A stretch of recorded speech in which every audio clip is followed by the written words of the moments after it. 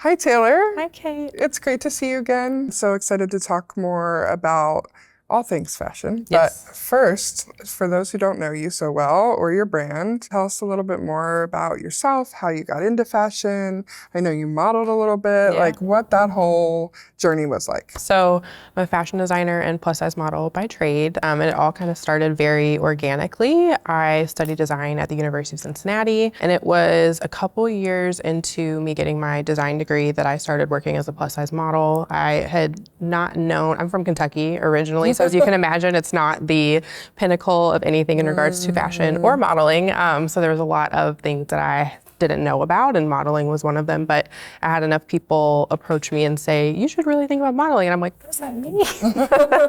So I started Googling and doing like some Instagram research and found some girls that were curve and plus size models, and noticed they had something called a mother agency that was helping develop them and place them in larger markets. So that was the route that I took. I found my mother agent that I was working with in Atlanta, and within a couple weeks, she had me signed to Wilhelmina in New York, which is something that people work their whole careers for, and it was just kind of like, it just happened. And That's I was amazing. so green and like had to learn a lot about the industry, but it was a super formative time because it just exposed me to this whole other world that I knew nothing about.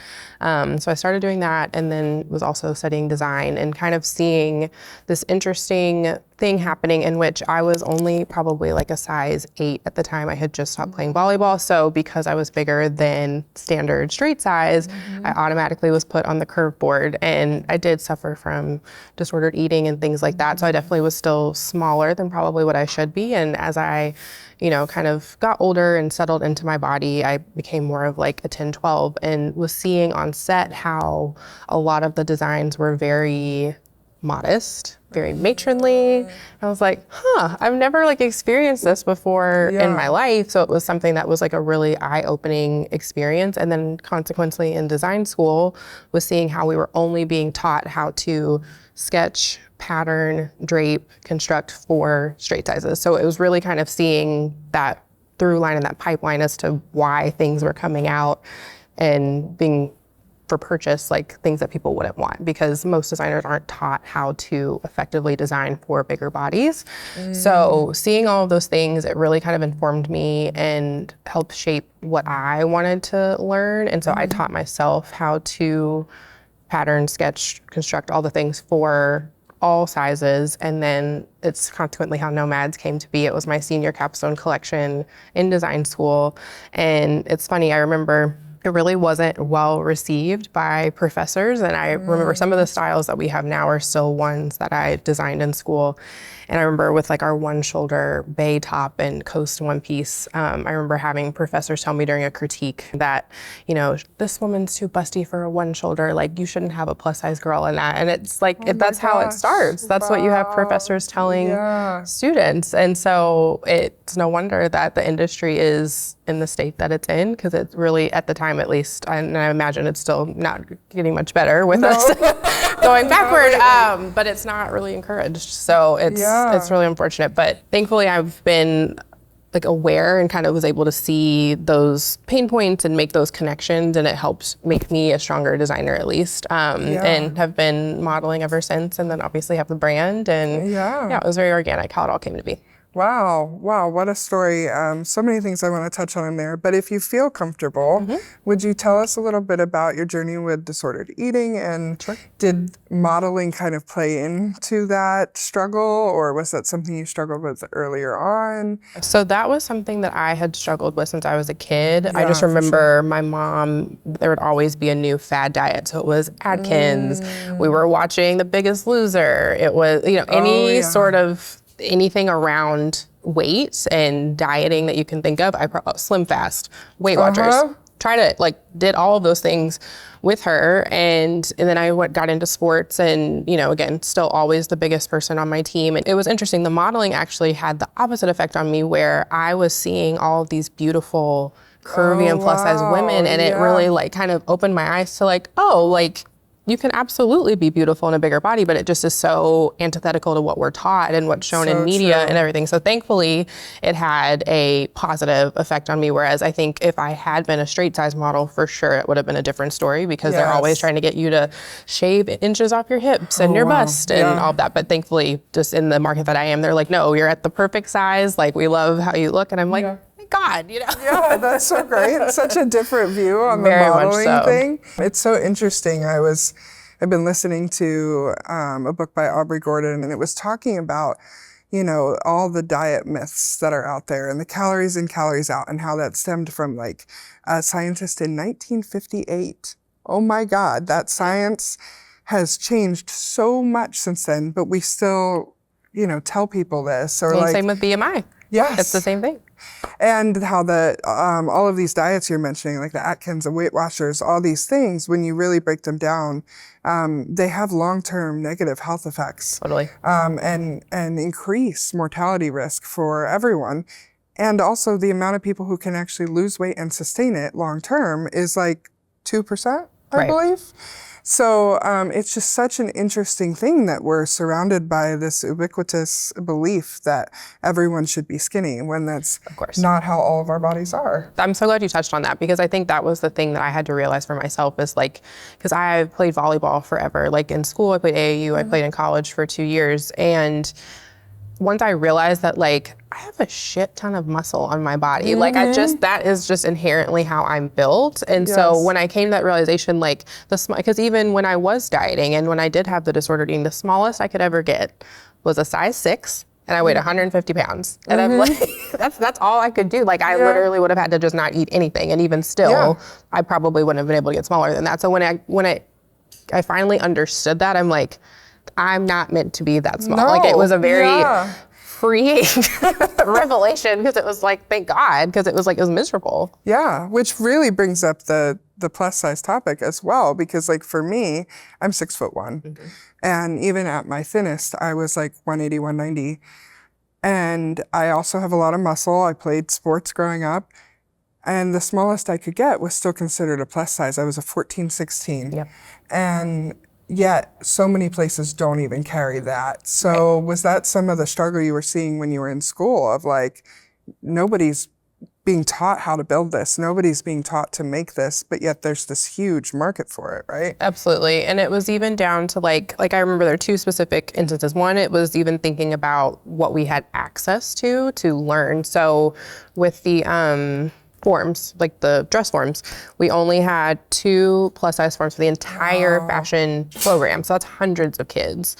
And then I remember thinking how early it started too, which was, it started with drawing. And I remember I would try to draw what they call croquis. So it's like the body that you put the designs on, trying to draw them to look more shaped like how I am. And I remember a teacher saying to me, that croquis is not, like, that's not gonna work. It needs to look sickly. Oh my God. And I was just like, what are we talking? They just said that out loud? Oh, yeah. Like, no, but this is also coming from a professor who wanted to have one of her pinky toes removed so she could better fit into designer shoes. So, you know. Okay. So it was like, you know. That gives some context. Exactly. So it's not coming from like the best of sources, but it was very jarring to hear. And I know I wasn't the only one that wanted to do that, but in the end, I was one of the only students in my class, at least, that ended up doing an inclusive collection that did have plus sizes. Wow. So I would imagine, you know, if you're hearing it from the start and you keep hearing it, and you don't have the tools available to you, why would you go out of your way to do that and stick your neck out? And I even think with modeling too, like even being in the size that I am right now, like I'm not on the larger end of plus by any means, but it's like, every day, there are less opportunities for sure. I was gonna ask about that. There's a lot less booking opportunities, but it's very jarring to see everyone in the industry that we're kind of like the faces that you look to shrinking. Everyone is shrinking. And I think today, like what we were talking about, like the fad diets. Yes. Today's version of that is Ozempic. It's so true. I was gonna ask you about how modeling has changed since you got into it with the rise of GLP-1s and the current just political climate and everything pushing towards that heroin chic coming back. And we're losing that kind of push towards inclusivity that we saw for like a moment there in the late teens. And so has that affected like how many jobs you can get, their view towards you on those jobs, all of those kind of things? Yeah, as far as like the view on the jobs, like that hasn't changed at all, but there are far less opportunities. You see every day, like the brands that were inclusive and doing it right are kind of falling away because they don't have proper funding, or, you know, customers aren't shopping with them for whatever reason. And then a lot of brands that do have the means, every mean to be inclusive, whether it be budgetarily and, you know, all of that, are taking away their plus sizes. Like I think I just saw Good American, their next collection that's coming out is stopping at a 14. Oh my gosh, no way. Yeah, it's like every day another one. Because I'm like, would say I'm with a great agency, but when you think about some of like the larger, like more name brand agencies, like pretty much all of their curve boards have shrunk. And I'm wondering, is it an agency directive? Like, is that coming top down? So that they can work more? Or if it is a personal choice? I don't know the answer, but it is something that I'm like, been wondering, because I'm like, it can't be a coincidence that every single one, you know, has gotten so much smaller. But it's a hard conversation to have, because then it's like, you also don't ever want to seem like you're policing people's bodies or anything like that. Like it's totally, everyone has body autonomy, but it is just very noticeable. It's been interesting to me because I'm like, do they think fat people are just going to disappear? Like everyone's just going to suddenly be skinny? Like what's happening? Because we still exist. Many of us are not going away for many reasons. Like it is a personal choice, whether you want to take a GLP-1, and it has health consequences, and it has to be under the care of a doctor. And there's so many reasons why someone might not want to take one. Beyond the fact that they don't work for everyone. And it's been shown that weight regain happens shortly after stopping use. It does. And so if you have any concern about being on them for a lifelong usage, then it's not a good avenue for people. And I think there's so much confusion around that. Like it's just this magic thing. But we saw this like back in the 90s, 80s with Fen-Phen and Redux. And are we just going through another like delusional view that like, oh, maybe we can make fat people disappear this time? It's also interesting too when you think about big pharma and like how much money they can stand to gain from pushing GLP-1s. Because so many of the things that I read about when people in larger bodies go to the doctor, that's the first thing that they're told to do. It's not to diet, it's not to change their exercise or anything like that. It's here, do this GLP-1. And it's like, why is that the first option? You know what I mean? Like, and I know like just from having friends who work in like pharmaceuticals, like they cater to these doctors. Like they have separate avenues of revenue coming directly from the companies outside of their practice. So it's like very unethical, like when you think about it. But again, it's like, well, and when you're seeing celebrities, even like celebrity athletes, all of a sudden shrinking and promoting these weight loss drugs in such a like strongly advertised way that really doesn't take into account all the nuance that goes along with them. I think that makes it really difficult for people to see the real choice around it. Absolutely. You said you barely had forms for it. How do you even go about creating sizes that actually fit the diversity of bodies that are out there? Yeah, so for us at Nomads, what I would always do is like typical brands will use like a size extra small or small as their starting point for their size range, right? I always started smack dab in the middle at an XL because I float between an XL and 1X, but because I know exactly what I'm looking for, I was able to kind of pinpoint and do less sampling because my focus was always on bigger bodies first, and then we'll scale it down. So that was how we always started. And then we obviously do the pattern break once you get to 1X to 5X, and then would do a lot of fit testing and sampling once we got to that process, because it was always super important to me to make sure the fit was like top notch, because I think, as always, that customer is an afterthought, and it's just like, here you go, you get what you get, like, and I never wanted a customer to feel like that when they shop with Nomads. So, and I know you also care about sustainability and ethics in your manufacturing. Did you feel like that was talked about at all when you were at fashion school? Did they touch on that, or? It was something that I had to educate myself on. And it was just as I learned more about overproduction and just like all the stuff that ends up in landfills, I'm like, I really don't want to be another designer that just makes stuff for the sake of making stuff. Obviously I am producing things, but I wanted it to be as sustainable as humanly possible, which was why I went on the hunt and was able to find biodegradable swim fabric, compostable resort wear fabric, and like stuff that actually had like, you know, the certifications and all that. And it's all made in Brazil. They are, for whatever reason, on the forefront of sustainable fabrications, and they do a really, really great job. So I was really lucky that I found them and just stuck with them. But I remember at one point I was working with a production manager. I kind of had one on and off, like, you know, throughout the duration of the brand. And this one in particular, I remember saying, customers don't care about sustainability. And I'm like, well, I care about it. So I'm gonna work it in. Now, is she correct? Maybe, because if we look at the, what was the brand that just got bought by Shein? Everlane. Everlane. Yeah. You know, it's like you try to do the right thing, and whether or not the customer really does care. I mean, look at Shein. That's a huge monster of a company. Yeah. And why do you think that is? Why do you think we see such a discrepancy between what people say and what they actually do? I mean, I think at the end of the day, like, is it more expensive to be sustainable? 1,000%. Because if you are truly sustainable, you're probably doing small batches. You're not making tons and tons and tons of products. So you're not getting this like super optimal pricing like a big brand that's making hundreds of thousands and millions of units of things. Yeah. And so I think it, unfortunately, like price is a barrier of entry for a lot of people. So I think at the end of the day, people want to be sustainable, but from a cost perspective, are they able to actually afford it? And especially now, like everything is so expensive. So I think that's probably one of the first places people cut costs is in fashion. It's like they can get kind of a similar look. It's probably gonna fit like crap, but do they care? And I don't know. It might you last know? like a week. Exactly. But, you know, from your perspective, you know, you talked about better fabrics, more sustainable fabrics. Do those cost more to not only produce, but also to, you know, sew into a design and that kind of thing? Like, what goes into the costs that come along with sustainably, ethically produced clothing? Yeah, it definitely is a bigger expense for sure. Not necessarily in how the garment is constructed, but just the sole like price per yard of the fabric, it is more expensive. And I think for Nomads, one of the things looking back that I may have done differently, it was like I was trying to hit on so many different things. Like I was trying to have the sustainability, and then I wanted us to be with retailers, which inherently as a brand, like you have to add in additional markup to make room for a wholesale margin. And, you know, look, we were able to be the most inclusive brand sold at Anthropologie and at Shop Bop. And those were such great accomplishments that I'm still super proud of.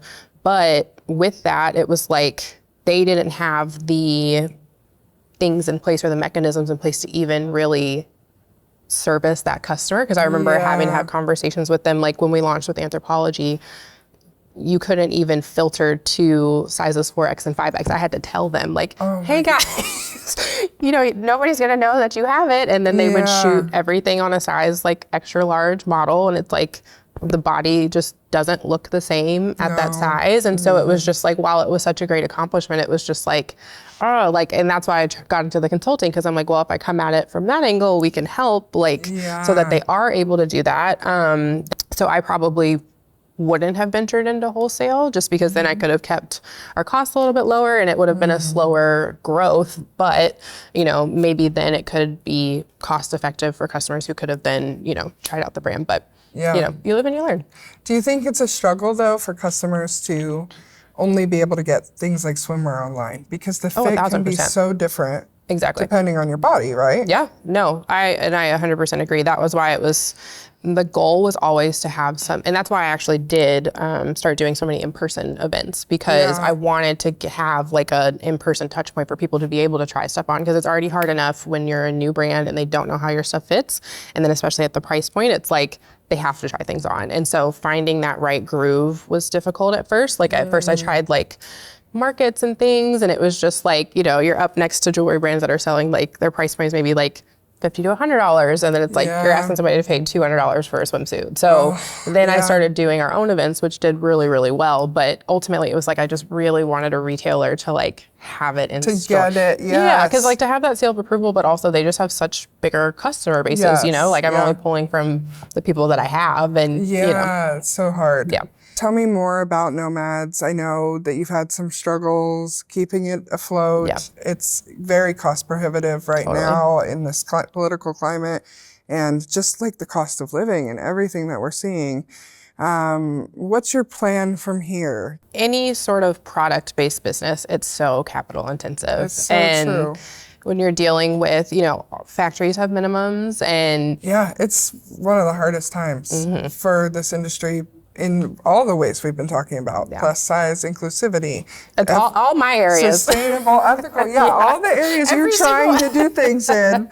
And I think that's what we're trying to do here is say like there's so many of us fighting this fight, but with these like little avenues. Totally. What if we could come together and create more of a wave of that? Yeah. So hopefully we build that together and maybe we see Nomads resurrect. Absolutely. Well, it's been great to chat with you, and thank you. Thank you for coming me. today. It's a pleasure as always.